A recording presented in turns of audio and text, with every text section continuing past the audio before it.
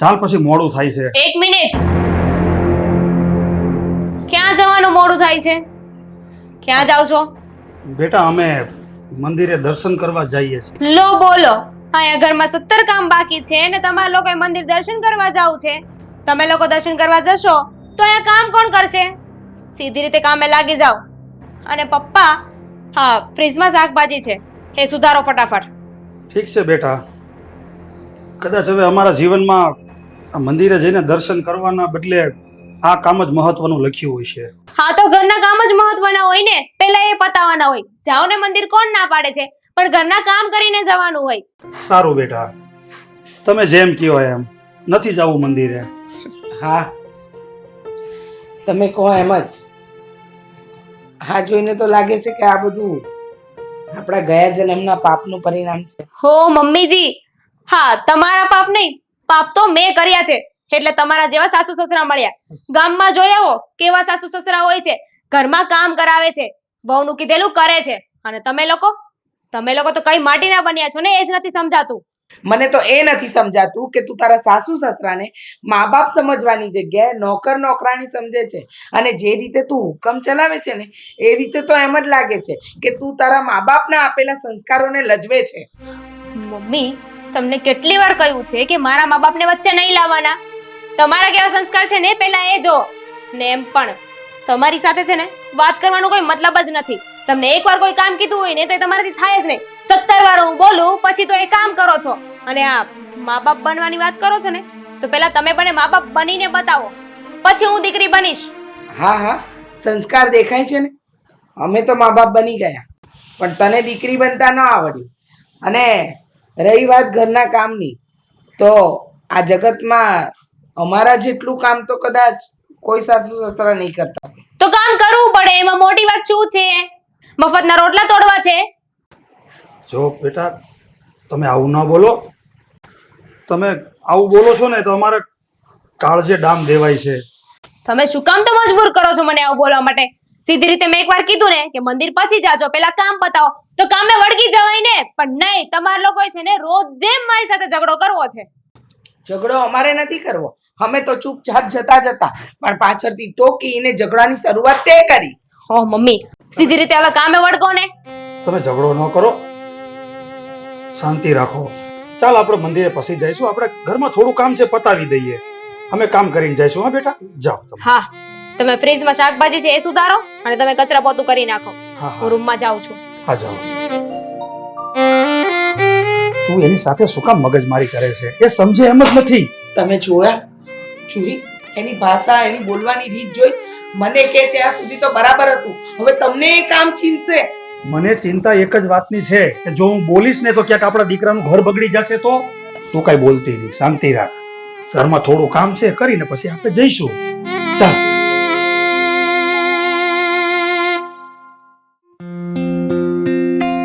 Hello. હા મોહનભાઈ, તમે delivery પહોંચાડી દેજો ને. કઈ વાંધો નહીં. હા, પેમેન્ટ આવી ગયું છે. હા, ઓકે ઓકે, ડન.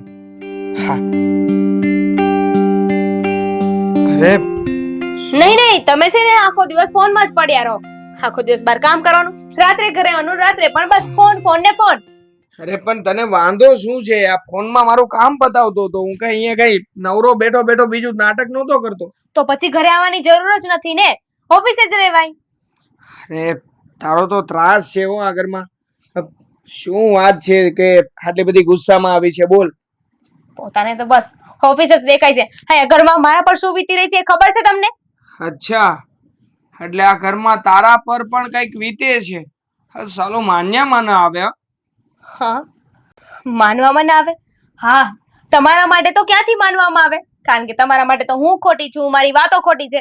એક કામ કરો, મને છે ને ધક્કા મારીને આ ઘરમાંથી બહાર કાઢી મૂકો. અરે પણ તું ખોટી કેવી રીતે હોઈ શકે?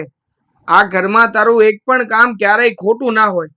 અને તું વિચાર તો કર, તને ઘરની બહાર ધક્કા મારીને કાઢી મૂકીશ તો લોકો વાતો શું કરશે? મતલબ કે શું કહે છે કે મેં તને ધક્કા મારીને ઘરની બહાર કાઢી મૂકી? ના બાબા ના, હું તને ઘરની બહાર ધક્કા મારી નહીં કાઢું. તમને છે ને મજાક સૂજે છે, પણ મારી હાલત શું છે ને એ તો મને જ ખબર છે. હે, હું તો ખાલી તારો માઇન્ડ રિલેક્સ થાય એટલા માટે મજાક કરું છું. હા, બોલ, શું વાંધો છે? એકદમ સિરિયસ, સિરિયસલી સિરિયસ. હા, બોલો. હવે બોલ બોલ બોલ. મારું માઇન્ડ ક્યાંથી રિલેક્સ થાય? હું આ ઘરમાં રહું છું ને, એ તમારા મમ્મી પપ્પાને ગમતું જ નથી. વાંધો છે એમને મારાથી. શું વાંધો હોય એમને તારાથી? આ તારા મનનો વહેમ છે, આવું કઈ નથી. વેમ નથી. એક દિવસ ઓફિસ બંધ કરીને ત્યાં બેસો ને, ઘરે રહ્યો ને, તો તમને ખબર પડે કે આ ઘરમાં શું થઈ રહ્યું છે. એ પણ શું કરે છે મમ્મી પપ્પા એ કહીશ તું મને? અજય, તમને ખબર છે, સવારથી સાંજ આખો દિવસ હું કામ કરું છું અને મમ્મી કે પપ્પાને કોઈ કામ નથી કરવા દેતી. પણ એ લોકો વાતે ને વાતે મને ખીજાયા કરે છે, બોલ્યા કરે છે કે તું કામ નથી કરતી. જો હું કામ ના કરતી હોય તો આ ઘરનું કામ કઈ રીતે થાય? એમની આ ઉંમર છે કામ કરવાની. નહીં, સાચી વાત છે તારી. અને આમ પણ હા, મમ્મી પપ્પા તારી સાથે આવું કરે છે શું કામ? એમને શું વાંધો છે તારાથી? મને પણ આ જ નથી વાત સમજાઈ રહી. અજય, હવે હવે આમાં તમે જ કંઈક કરી શકો છો. તમે જઈને તમારા મમ્મી પપ્પાને સમજાવો. હું તો એમને મારા મમ્મી પપ્પા ગણું છું, પણ એ તો મને પારકા ઘરેથી આવેલી સ્ત્રી જ સમજે છે. આ ઘરનો સભ્ય સમજતા જ નથી. જો તું ચિંતા ના કર, હું મમ્મી પપ્પાની સાથે આ વિશે વાત કરીશ. એમને મારી રીતે સમજાવવાનો પ્રયત્ન કરીશ. પણ અજય, તમે કઈ વધારે ના બોલતા. અરે શું કામ વધારે ના બોલું? હે, તને આટલી હેરાન કરે છે અને એમ છતાંય તું એમ કહી રહી છે કે હું મમ્મી પપ્પાને વધારે ના કહું. જો તું મારા માટે બહુ જરૂરી છે, એટલે તને આ ઘરમાં જો એ લોકો શાંતિથી ન રહેવા દેતા હોય તો મારે એમને કહેવું જ પડશે. પણ ખાલી ખોટો એ તમારી સાથે ઝઘડો કરશે અને પછી મને બોલશે, એટલે હું કહેતી હતી. તને કોઈ કઈ નહીં બોલે, હું છું ને તારી સાથે. તને કોઈ કઈ પણ કે ને એટલે તારે મને વાત કરી દેવા, હું સંભાળી લઈશ એ બંને. ચાલ છોડ હવે આ વાત, મૂક ગુસ્સો. બા, ઓ બા, આવો તો. શું છે બેટા, કેમ બૂમો પાડે છે? બા, મારે તમને એવું કેવું હતું કે હું કામની શોધમાં બહાર જઈ રહ્યો છું, એટલે કદાચ વળતી ફેરે આવતા મોડું થઈ શકે, તો ટેન્શન ના લેતા અને તમે જમી લેજો. બેટા તું ક્યાં ટેન્શન ની વાત કરે છે? રોજ ને રોજ કામ શોધવા જાય છે, પણ હજી સુધી તારા કોઈ કામના ઠેકાણા નથી પડ્યા. પણ કેમ એવું થાય છે? હવે બા, કોઈક જગ્યાએ સેલેરી ઓછી પડતી હોય, કોઈક જગ્યાએ કામ જે એવું હોય એ હું કરી શકું એવું ના હોય. પણ હે બટા, આ તું કેવી વાત કરે છે? એ તને નોકરીએ બેસતા ને હારે કોઈ લાખ રૂપિયાનો પગાર દઈ દેવાનો હતું? બેટા પડ્યો પડ્યો પાણોય વધે. એ ઓછી નોકરીએ બે ને પછી એના 4 વેપારી તને જોવે, તારું કામ જોવે, તો એ લોકો કે હાલ મારી કંપનીમાં હું તને 5,000 વધારે દઈશ, એમ વધે પગાર. અરે મમ્મી, આ બધી વાત છે ને જૂની થઈ ગઈ. અત્યારે કેવું હોય છે કે સામે જે વ્યક્તિ રિઝલ્ટ આપે ને એ સાચો. એટલે હું મારી રીતે જોબ ગોતી લઈશ અને જોબ મળશે ને એટલે હું તમને જણાવી દઈશ. ઠીક છે? હા એ બધી વાત સાચી, પણ તું બેહી જ જા એકવાર બસ. હા બા, એની જ તો કોશિશ કરી રહ્યો છું. કારણ કે ચાલો. તારું ભણતર એ ઓછું છે પાછું. હવે તમે કેટલી વાર સંભળાવશો બા? હું ગમે તેમ જોબ ગોતી લઈશ, તમે ટેન્શન ના લો. એ હા, જાળવીને જજો હો બેટા, હા અને ધીમે ધીમે જાજે એમ કહું છું. હા હા હા, હા ચાલો. જા. હા હા, બા, પાછું હું થયું? મને એક વાત પૂછવી છે તમને. હા બોલ. આ બાજુવાળા અરવિંદભાઈ છે, હા, એમના ઘરે કાલે બહુ જોર જોરથી ઝઘડાનો અવાજ આવતો હતો, તો તમને કઈ ખબર છે? ના બેટા ના, એ મને કઈ ખબર નથી ને મારે ખબર પાડવી એ નથી. બેટા આપણે અહીંયા ભાડેથી રહીએ છીએ, પછી આપણે હું કામ લોકોની પડોજણમાં પડવું? આપણે કાંઈ પડવું નથી. અને જા તું તારા કામે જાતો. બા, જ્યાં સુધી મારું માનવું છે ને ત્યાં સુધી તો એ ફેમિલીમાં અરવિંદભાઈનો કોઈ વાત ન હોવો જોઈએ. કેમ કે તમે જોયું, આ અરવિંદભાઈ છે એ ગમે ત્યાં દાન પૂન કરતા જ રહેતા હોય છે.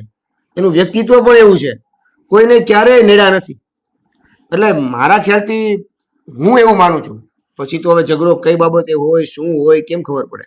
એલા તું જે માનતો હોય એ અત્યારે તું તારી નોકરીનું માન ને અને જાને ગોતવા. આમાં મગજ દોડાવેશ એના કરતા નોકરીમાં ગોત. જા તું જા. હા બા, જય શ્રી કૃષ્ણ. એ જય શ્રી કૃષ્ણ. હાચવીને જાજે. હા.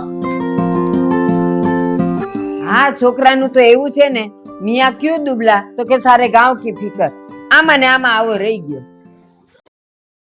તું જલ્દી ઉતાવળો પગ રાખ. આ મંદિરે ગયા ને તું સત્સંગમાં ખોટી થઈ ગઈ ને વરસાદ આવે એમ છે, કપડાં પલળી જશે તો ઘરે વહુ બરાડા નાખશે. તમે ઉતાવળ નહીં કરો, મને ખબર છે એ બરાડા પાડશે. હા, પણ હું તને શું કહું હા. કે જો વહુ કઈ બોલે ને તો તું શાંતિ રાખજે. એ હા હવે. જય શ્રી કૃષ્ણ. જય શ્રી કૃષ્ણ. કેમ છો? બસ હું તો સારી છું, પણ આ તમે લોકો કેમ આજે આટલા ઉદાસ ને હતાશ દેખાવ છો? શું થયું? અરે બા, આ ઉદાસી અને હતાશી આજ તો જિંદગીનું બીજું નામ છે. અરે ગમે ઈ હોય, પણ તમે કોઈ દી નહીં ને આજે વધારે ઉદાસ ને હતાશ દેખાવ છો. શું થયું મને કહેશો? અરે કાંઈ નહીં બા, આ તો એવું છે કે અમે છે ને જે મંદિરે ગયા હતા તો ત્યાં શું થોડોક સત્સંગ હતો ને તો અમે ખોટી થઈ ગયા અને રિક્ષા મળી નહીં. આ વરસાદનું વાતાવરણ એટલે હું એને કહું છું તું જલ્દી ચાલ, એટલે ઘરે મોડું થઈ જશે. બીજું કાંઈ નથી બા. ના ના ભાઈ, એવું નથી. એ મંદિરે ગયા ને મોડું થયું ને એવું નથી. વાત તો કંઈક બીજી જ છે, કયો ને. અરે ના ના બા, એવું કાંઈ નથી. અમે તો બસ ઘરે જ જઈએ છીએ. તમારાથી શું છુપાવવાનું બા? તમે તો અમારા વર્ષો જૂના પડોશી છો. તમને તો ખબર જ છે ને.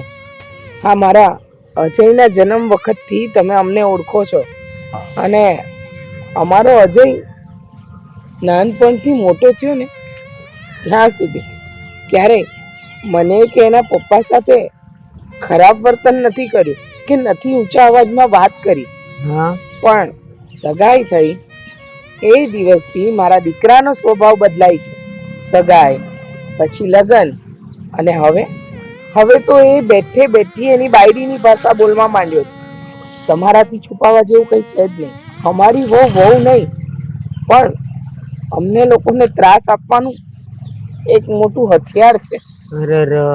અને તમે પડોશી ઓછા અને અમારા સગા વધારે બની રહ્યા. અને તમે તો અમારી માની જગ્યાએ છો. તમને ખબર છે ને, મારા અજયના જન્મ વખતે ડોક્ટરોની હડતાળ હતી. કોઈ ડોક્ટર હાજર નહોતા અને મને પ્રસવ પીડા ઉપડી. ત્યારે તમે જ મારી ડિલિવરી કરાવી હતી. એ દિવસ કેમ ભૂલું? અને ત્યારથી આજ દિવસ સુધી તમે અમારી એક એક વાત જાણો છો અને હંમેશા સગાની જેમ વાર તહેવારે મળ્યા છીએ. તો તમારાથી વાત છુપાવીને પણ હું શું કરીશ? અરે બેન, એ બધી વાત ભૂલી જાવ ને. એ વખતે તો મારી એક ફરજ હતી અને મેં ખાલી માણસાઈ જ નિભાવી છે. અને એ આપણે એકબીજાનું નહીં કરીએ તો કોણ કરે? તમારી વાત સાચી છે બા. અમે પણ તમને અમારી માં જ ગણીએ છીએ. એટલે તમારાથી આ વાત છુપાવીને અમારા મનમાં કોઈ પાપ નહોતું. હું એવું નથી ઈચ્છતો કે ખોટી અમારી સાથે તમે પણ અમારી ચિંતા કરો. હા, તમે હંમેશા અમારા સુખ દુઃખના સાથી રહ્યા છો. એટલે અમે નથી ઈચ્છતા કે, પણ જે થયું એ અમારા નસીબ. એક વાત કહું, હા, જ્યારે આપણે કોઈકને પોતાના સમજતા હોઈએ ને માનતા હોઈએ ને, ત્યારે આપણા દુઃખનું કે આપણા તકલીફની આપણે વાત કરીએ ને તો મન થોડું હળવું થઈ જાય. અને વાત રહી વહુની, એ તો ભગવાન બધું સારાવાના કરી દેશે. હા ને? સારું બા, હવે જય અમે શ્રી કૃષ્ણ. ઘરે જઈએ. હા, બહુ સમય- ચિંતા ન કરતા, બધું સારું થઈ જશે. સમય લઈને ક્યારેક આવજો ઘરે. આવીશ. જય શ્રી કૃષ્ણ. ચાલો.